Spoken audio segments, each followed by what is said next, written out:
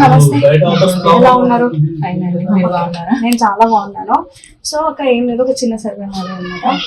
ఇంతకు ముందు ఉన్న ప్రభుత్వం ఎలా ఉంది, ఇప్పుడున్న ప్రభుత్వం ఎలా ఉంది? మేజర్ డిఫరెన్సెస్ ఉంటాయి కదా. అంటే నేను అబ్జర్వ్ చేసిన డిఫరెన్సెస్ అంటే ఈ ఫ్రీ బస్ అయితే నాట్ ఓకే అండి. అదైతే కరెక్ట్ కాదు. ఎందుకు అని అంటే ఆ పెట్టే డబ్బులు ఏదో ఉచితంగా చదువుకి వైద్యానికి పెడితే ఉపయోగకరంగా ఉంటుంది. ఈ ఫ్రీ బస్ అనేది మిస్యూజ్ ఎక్కువ. ఈ ఆడవాళ్ళు కొట్టుకోవడం ఇదొక అంటే చాలా వినడానికి కాస్త జుగుప్సాకరంగా అంటే జనాలు కూడా చెప్పుకోవడం అట్లా చిరాగ్గా ఉంది. అదైతే బాగాలేదు. తర్వాత ఈ ఫ్రీ సిలిండర్స్ కూడా ఏం రాలేదు మాకు. మరి ఎవరికైతే వచ్చాయో మాకు తెలీదు, మాకైతే రాలేదు. ఇది తల్లికి వందనం అయితే వచ్చింది పిల్లలకి, అదొకటి వచ్చింది. కంపేర్ చేస్తే ఓవరాల్ గా ప్రభుత్వం అయితే బాగాలేదు. ఫెయిల్డ్ అంటారు. ఫెయిల్డ్. ఓకే. సో ఇంతకు ముందు ఏదైతే ఇప్పుడు మనకి 1 year కావచ్చింది కదా, ఇదే గ్యాప్ లో వైసీపీ ఉన్నప్పుడు వాళ్ళు ఇచ్చిన హామీలను నెరవేర్చిందా? అవునండి, మాక్సిమం నెరవేర్చింది. అందరూ కూడా హ్యాపీ. అంతా ఈ బడుగు బలహీన వర్గాలు కూడా చాలా మందికి రావాల్సిన బెనిఫిట్స్ ఏవైతే ఉందో, ఏవైతే హామీలు ఇచ్చారో ఎవరికి సీఎం గారు, సో అన్ని రీచ్ అయ్యాయి, అందరికి అందుబాటులోకి వచ్చాయి. అందరూ హ్యాపీగానే ఉన్నారు.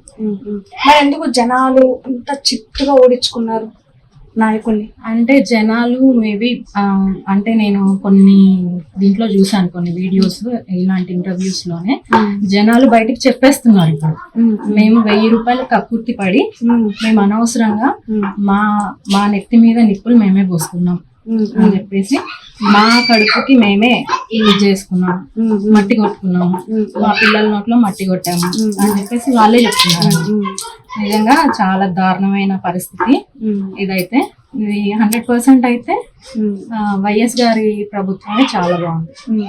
సో ప్రభుత్వం వచ్చి రాకముందే చంపుకోటాలు నరుక్కోటాలు కూడా జరిగాయి కదా మీ ఏరియాలో? అలాంటివి అంటే చంపుకోటాలు దాకా కాదులే కానీ కొట్లాటలు అలాంటివి అయితే విన్నామండి, కొంచెం దారుణంగానే ఉన్నాయి.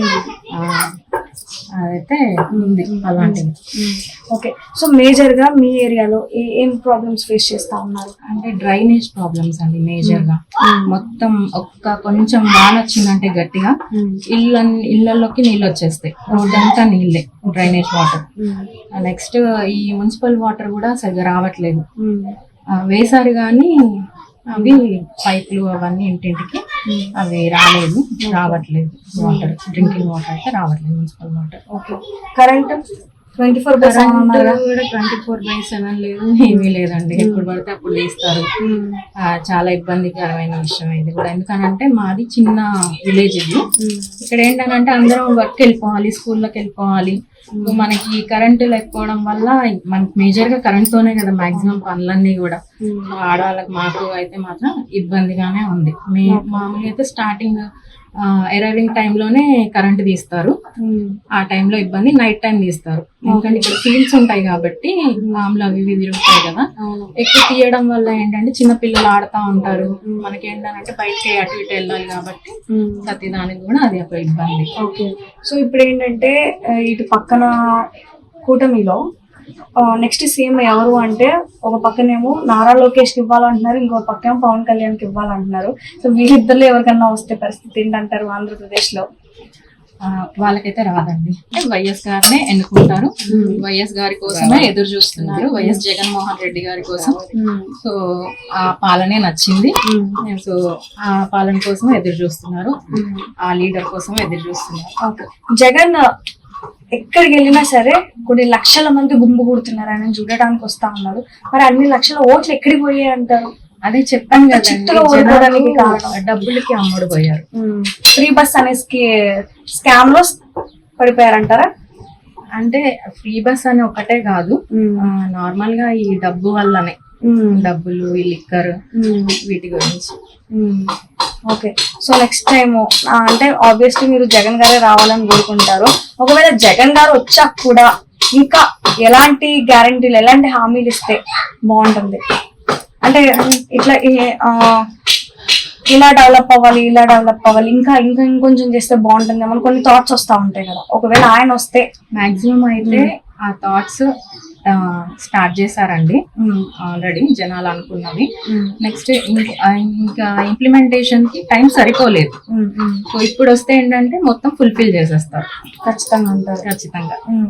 మరి ఎక్కడ పడితే అక్కడ సినిమా ఈవెంట్ల దగ్గర కానీ స్టేజ్ల మీద కూడా రాజకీయాల గురించి కొంతమంది మాట్లాడుతూ ఉన్నారు కదా, వాళ్ళ గురించి మీరేమంటారు? అంటే కొన్ని హట్ గా అనిపిస్తా ఉంటాయి కదా, అదేంటంటే ప్రతిసారి 11 అన్న టైంలో మీకు ఏమనిపిస్తా ఉంటది? ఏమనిపిస్తా ఉంటది అని అంటే అది అందరికీ తెలుసు అండి. ఆ కుట్ర గురించి అదంతా అందరికీ తెలుసు. ఏంటనంటే ప్రాక్టికల్ లైఫ్ లో ఎవరో ఒకరిని ఏదో ఒకటి అనాలి.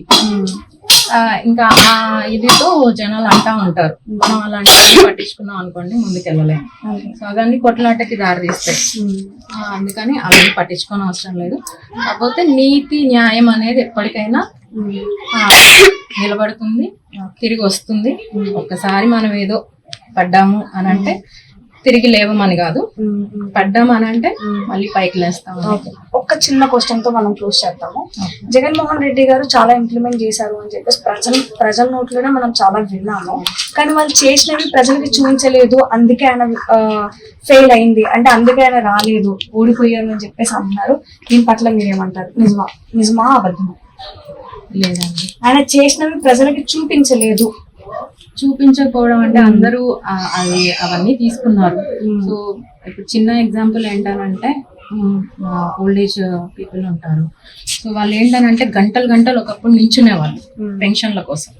సో ఇంటింటికి వచ్చి చక్కగా వాళ్ళకి రావాల్సిన రేషన్ కానీ వాళ్ళకి కావాల్సిన పెన్షన్ డబ్బులు కానీ చేతిలో పెట్టి 4 మాటలు చెప్పి పలకరించి వెళ్ళే మనిషి అంటే వెళ్ళే సిచ్యువేషన్ వచ్చింది అని అంటే అది గొప్ప విషయమే. షేర్ చేయండి, లైక్ చేయండి, సబ్స్క్రైబ్ చేయండి. మరిన్ని వీడియోల కోసం బెల్ సింబల్ పై క్లిక్ చేయండి.